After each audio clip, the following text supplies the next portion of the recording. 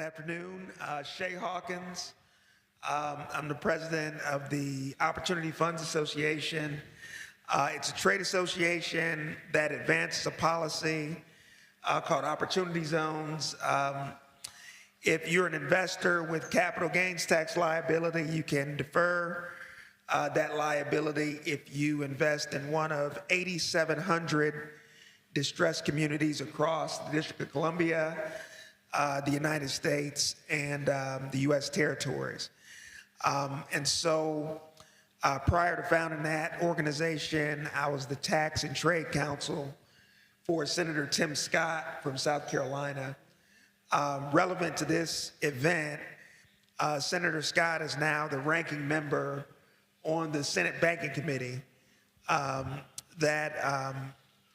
the regulatory infrastructure for digital assets develops, the Banking Committee will be able to weigh in significantly on that. And so I was blessed to draft about 1/4 of the Tax Cuts and Jobs Act, the tax reform bill, in 2017. But I also handled the trade portfolio. And so South Carolina is the third most trade-dependent state in the nation. And so the renegotiation of NAFTA and other trade pacts that we negotiated are significant. So countries that trade typically don't fight. And so the international trade angle is what brings me to this panel. All right, so we're going to get back to that international. So let's give them a hand. All right. And next up, we have Catherine. Hi, everybody. So I lead legal, people, and compliance at Storage A, and we started Storage Institute a couple of years ago. I'm based in Minneapolis. I think most of you know Storage A does decentralized cloud storage. It was started by Sean Wilkinson when he was a student at Morehouse. And a couple of years ago, we started Storage Institute, which is a 501c4. It's a C4, which means we can advocate for regulatory clarity. And our mission is to create greater diversity, equity, and inclusion in emerging technology. Before that, I was at Coinbase. I stood up compliance there 2017 to 2019. Before that, I was doing bank regulatory work, started out as a litigator, clerking for Judge Laura Taylor Swain in the Southern District of New York, who was the first clerk to Constance Baker Motley. And before that, I was in Wisconsin doing poverty rights advocacy. All right, let's give her a hand. And next up, we have Mr. Kevin Washington. Greetings, family. How are you doing? Great. It is a pleasure to be in this space, right, with these prolific individuals. I'm simply one who engages in the process of facilitating humans being better humans. I'm a psychologist doing the work in the context of the Gambia. Roots Africa is putting together this idea of linking not only the issue of information, education, but also technology with the population to be able to deal with the issue of finance development. It is a shame and a disgrace for individuals to be able to come into your space, take your resources, use it for their benefit, exploit them, and then therefore they become wealthy and then the population becomes poor. So the idea is about transforming that relationship so that we are then the owners and the purveyors of the process rather than having others do it for us. Is that making sense? So that's Roots Africa. The Ensemble Empowerment is also about the idea of how do you take an individual who has been broken, who's been sodomized by someone else who told them that they're inferior, and they begin to believe that to be the case. How do you then build that person up? So the Ensemble actually means the knot of wisdom is only untied by the wise.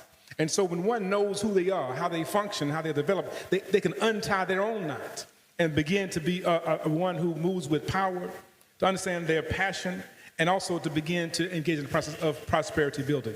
So the work then is about connecting us in the Gambia, to connect us in South Africa. That's the reason why we actually wrote a book around Ubuntu psychotherapy. How do we do the therapeutic process of rebuilding ourselves in our own image and likeness rather than become rebuilt by someone else who tries to make them look like us. Look like them. Is that making sense? Yes. So that's the work that we do, and I'm excited about sharing even more about what it means to deal with the idea of dealing with a violent world, right? Because among the Zulu, the idea of violence, I've just shifted into it, right? Ukuva Kwabantu means metaphysical illness of the people.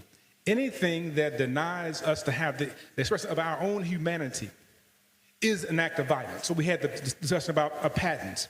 To have one to take your idea and use it as their own is violence. To take one's capacity to be able to build and to do for themselves is violence, right? To be able to have one to be renamed by the oppressor, to operate like the oppressor, is violence. So anything that threatens the full expression of one's humanity is an act of what? Violence. So we have to recognize then that sometimes peaceful responses in a violent society does not look like a kumbaya moment. I'm throwing to you, but we can't think that it's about kumbaya. Sometimes you have to be able to meet the idea of violence with an act that may look like violence if you're bitten by a snake. All right. I hope y'all caught that. I hope you caught that. Let's give them a hand. Let's give them all a hand. So we are going to go back to Mr. Shea here and talk about how many people, well, I'm interested, so I'm going to start there. The one thing that you said was that you were very active and are very active in the opportunity zones. And there are a lot of people in our community that don't even really understand that they exist and what we can benefit from. And we understand through all of the different channels that violence comes through. I just really feel like one of the biggest things is that we need to get our wealth under control, and a lot of us won't be so angry, it's that's a whole nother story. But what does an opportunity zone afford us the opportunity to do right now in 2024? Are there some things that we can be doing? Can you share with us? Yeah, absolutely. And so basically, and I'll give an example. You don't have to understand the whole example, but it'll give you a start.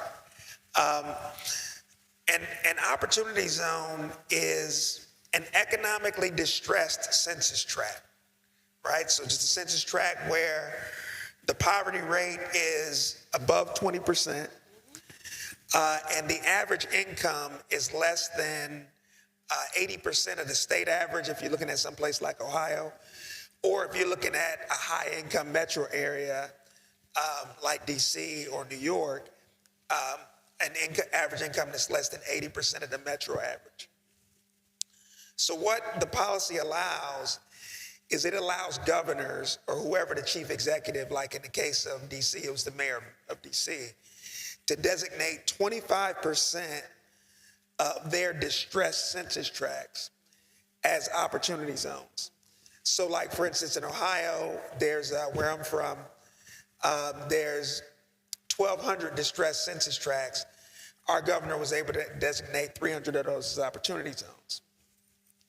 And what it says is if an investor has capital gains tax liability, they can defer that capital gains tax liability if they invest in one of these areas.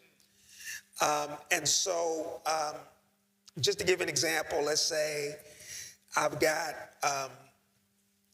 $1 million in Meta stock, and that $1 million goes to $2 million over time, and I sell it, that's a $1 million capital gain.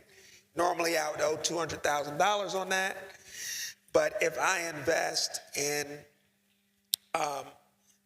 let's say a crypto startup on the east side of Cleveland, if I invest that $1 million there, then I still owe the capital gains tax, I still owe the 200, but I don't owe it until December 31st, 2026. Right. And so that's the first benefit. The larger benefit is, let's say I invested in, Hawkins Digital Assets, The larger benefit is if I hold that investment for 10 years on the east side of Cleveland and then sell it at 10 years in a day, then when I sell that $1 million investment for $10 million, I would normally owe $9 million. I would normally owe capital gains on the $9 million. But if I hold it for 10 plus years, then it's capital gains tax free. And so that's the benefit. And that entire time, the economic activity associated with that investment has been occurring somewhere that it wouldn't have normally. So $50 billion with a B in equity investment has gone into these distressed areas since it was incepted. A lot of it's real estate investing, and so that's levered up 2 to 3 times. So for context, we were hoping that $50 billion would come in over the full 10-year life of the policy, but that came in just the first 3 years. Right.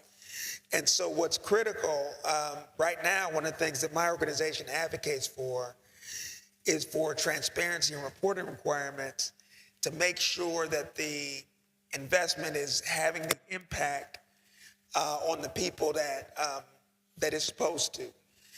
So my old boss, one of the things, and I probably shouldn't say this in a recorded situation, but one of the things he told me as we were getting this across the finish line, he said, Shay, if we don't benefit, then this is all for naught. All for naught. And so, he was, for those of you who don't know, my old boss is black. So it's critical that we be able to track and make sure that it's having an impact. But we knew the money would come in, which it is. And there's a few ways that people can kind of interact with this policy. If you have the resources in the capital gains tax liability, then you can benefit as an investor. And as we discussed, there's a lot of investment there. But also, you can benefit as an entrepreneur because there's capital available to you targeted towards our community, but also poor rural communities and others that you can benefit from as an entrepreneur. You can also benefit as a fund manager because all the investments are made through a vehicle called an opportunity fund. So you can manage the fund and get paid for it. So people who in finance, there's a concept called 2 and 20, where if I'm a fund manager, I take other people's money into the fund and I charge them 2% as a management fee just to do the day-to-day stuff. But I also charge them 20% of the upside. So if I turn their $10 million into $20 million, then I take 2 as a fund manager. And so that's a way that we've seen folks interact. And then lastly, as an intermediary. So, you're out there bringing in investment on behalf of entrepreneurs and taking a brokerage fee. So I've seen folks in our community interact in all those ways and kind of benefit from all of this capital that's flowing, from people like Robert Smith, who are benefiting as an investor, to folks who are benefiting as fund managers and intermediaries. So. Okay. All right, so I hope you all heard that because we really want to find out what we can do in our communities to actually take advantage of some of these opportunities. And you may not have the actual capital to invest, but he just shared with you some ways that you can go about being the person, the nucleus for those investments to invest in your community. And the reason why I wanted him to go first is because what I see in Los Angeles really bothers me. We have folks that are coming in, taking advantage of the opportunity zone, and they're leaving us to be renters for the next 10 years while their investments grow. And I was just thinking, what else could we be doing to we can't get our communities back because now they're holding them, these buildings for 10 years and just allowing us to not be owners but renters. And so that really helps, really opened up my eyes.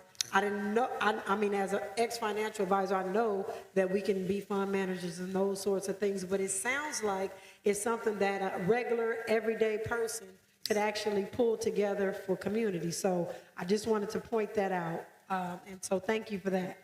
So can you share with us right now your initiative, what you're doing that you feel like, not that you feel like, because I know the work that you all do is absolutely incredible. What are you doing right now that will bring the community closer to being able to bring a peaceful solution to some of the violent things that may not be violent, because I know you're dealing in a different sphere of, you're doing something a lot different, so can you share with us what you're doing? Sure. As I mentioned, Storage Institute is working on creating greater diversity, equity, and inclusion in Web3 and emerging technologies. But I want to talk about something else right now, if that's Absolutely. okay with you. Yes, okay. that's fine. Because I was thinking about, peaceful solutions to violent world problems, and I have to second what you said. Peace does not beget peace, unfortunately. And when I was thinking about violent world problems, I was thinking about Tom Carey. Tom Carey, activist, writer, poet, who I think about a lot because I see our grandchild every week. And I think about him, and I think about him not being here. I met him when I was 18 years old, and he was a student from Sierra Leone, going to the same school that I was going to, the same college.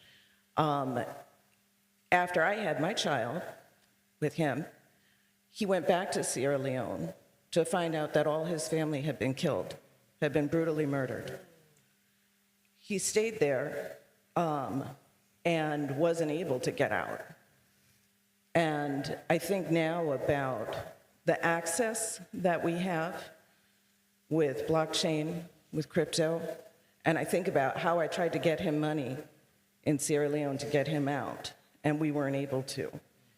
And people who knew him said he had a bounty on his head because he wrote about what was going on. He wrote about the civil war there. He wrote against what the government was doing, meaning not doing enough. He, at one point, by gunpoint, was stripped down in the middle of the city and kept writing anyway, and wrote under his own name and tried to get the message out about what was happening. He died in 2009, and therefore did not live to see our granddaughter.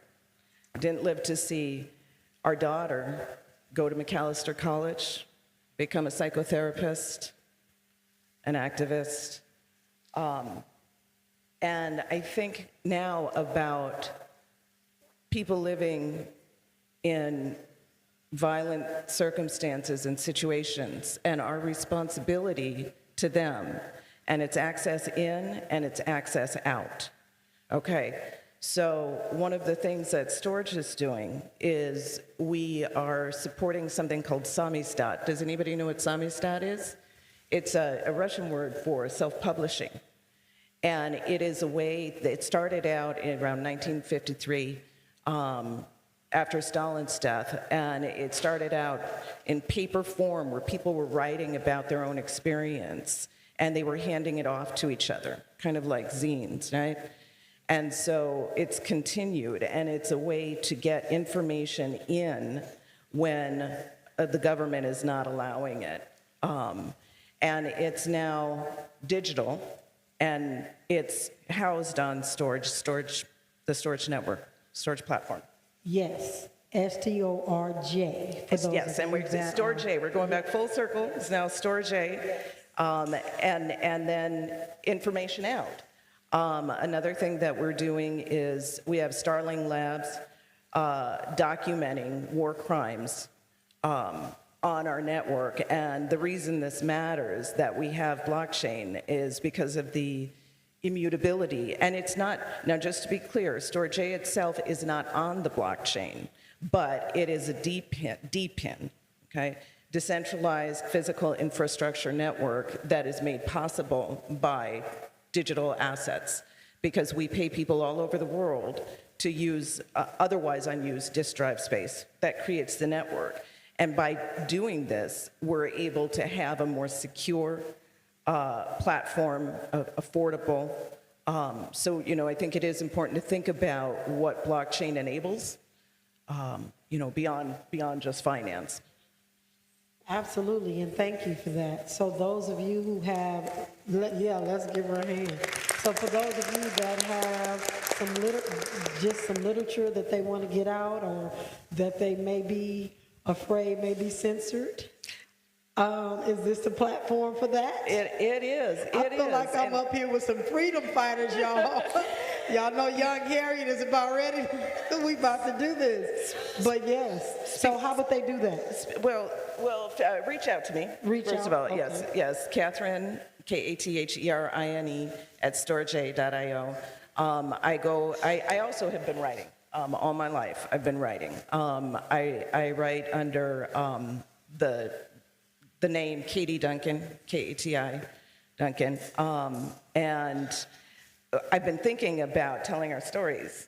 And what can we do? We can document what's happening in our lives. We can document, our struggles, our triumphs. It's important. A lot of times our voices aren't heard. And I really, I'm grateful to Naja, I'm grateful to Clev for writing their stories. I myself have been journaling since I was 17 years old. I, saw the first tower fall. I was at Coinbase 2017 to 2019. I was at EY. I was a single mom, working at Fried Frank and clerking. And the experiences I had, some of them, many of them, I don't want my daughter or my son or my granddaughter to experience, but I'm documenting it so that we don't forget. Absolutely, absolutely. And we got to hear from Kevin, but I have to say this to each and every one of you. It is so critically important that you tell your story. I wrote stuff in my book that my family was like, did you really just put that out there? But you never know who you're going to help. And it is definitely a peaceful solution in a violent world. And I don't care if you don't think what you're going through is significant. It is a healing opportunity for you. It is healing opportunity for those that read to just hear your story, even though you may think it's insignificant. So I am going to, challenge myself to get my next talk about this crypto space, because I thought this was going to be something totally different because of what the ethos of cryptocurrency was about, and it turned out to be the same old S word. And so, but we all prevail through those things. And so I just wanted to say that, and I was talking to her yesterday about using the platform to bring that out, and I think that's what I'm doing, because I'm ready to ride or die for my folks. I'm unapologetically there, and so I thank you for that. So, Mr. Kevin, I know you got some deep words for us in this space, but we heard what you said, and I definitely am internalizing what you said about the things that we don't feel are violent, but are violent. So what are some of the solutions that you can offer to us right now, today, that we can start working on to bring a little bit of peace to the violent solutions that we're faced with here in America and abroad? Because we have people here that are from other countries today, and I want them to hear as well what your thoughts may be. This is so amazing, right, to have this conversation because we're in a space where we're talking about blockchain discourse. We're talking about the issue of economic development in a global context. So we have so much more to talk about beyond this point. Revolutionary acts, proclamation of humanity through writing, through literature is critical. I'm also the president of what's called the Black Mental Health Matters, which is based out of Kenya, and also the president of World Mental Health Coalition, which is a global process where we look at how to proclaim the humanity of a population. Here's the first thing. The idea of responding to violence is to recognize that one has to proclaim themselves to be human in a space where they have perpetually been told that they're not human. So when Shay said that they live in distressed communities, the fundamental question becomes, and why are they distressed, right? Who made that decision for them to be distressed? Who benefits from that idea of distress? So we can have a long conversation about capital gains, and that's powerful. My work is to say, let me show you something that has happened such that the thing doesn't repeat itself again. Because we know the idea of insanity is what? Do the same thing over and over again, expect different results. Yes. So we can say, one, let's look at the Freedmen's Bank and what happened to Africans in this space. And say, okay, here was people trying to navigate something legally, but the money was taken. Let's look at what happened with the proclamation of individuals not being able to be human, and yet people have benefited from the patent so much so that we believe Thomas Edison is a light bulb inventor, and we disavow Lewis Latimer, right? We don't even understand the economics of the elevator in this building was invented by a black. And so I need to tell you the story so that you can move forward. But also, let's look at what's happening. And the stories that go on and on ad nauseum, redlining, who made that decision? But let's look at Ibrahim Traore in Burkina Faso, who's then linking together what? Mali and Niger, and saying, here's a peaceful solution. France, get out. That's peaceful. It was saying that here is what is crippling us. And then he says, we will now do what? We will take ownership of the gold. We'll take ownership of the things that you are benefiting from. But more importantly, you're in France, you run your entire system based on this idea of nuclear energy. So let us then control the resource that you're utilizing in this space, getting from us to run your economy and then call us crippled. Let's look at what's happening with IET, right? The idea of a population saying that we are human and yet still being deemed dehumanized. My point is this, is that my narrative is about making sure that people understand here is what has transpired. So don't get tripped up on blockchain has been there for perpetuity. It's not a new thing. Africans actually had a blockchain conversation. We still have blockchain discourse on multiple levels, and we share more about that later. The point is, don't fall for the okie doke. Be clear about what has happened in the past, Sankofa, to be able to move into the future and say that, yes, we need to navigate the system that we see, but know that the system has always been set up to change the game as we begin to learn the game. A game is a game to the extent that, one, we have helped design the game. Two, we have determined where the game will be played.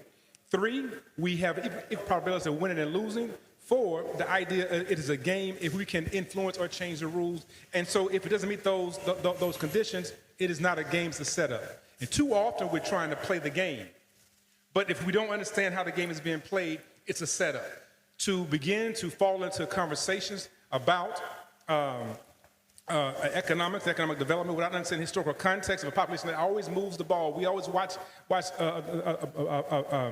Charlie Brown and kicking the football with Lucy, and always and see the same narrative and know that she's going to move the ball, and somehow we assume that they're going to all of a sudden change the process. No, it's going to be the same process. Piece of solution is to say, first of all, we're human.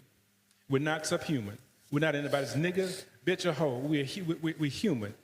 Secondly, we see you. That's why the Zulus say, I see you, right? I see you. And thirdly, but based on that, I know who I am. And when I know who I am, I move with power, I move with passion, and I move with purpose. This idea of understanding what we do peacefully is to say, I know who I am, I move with power, purpose, and passion, I say. Ashe. Ladies and gentlemen, I don't even know. That just summed up, we had a minute, and that just summed up our session.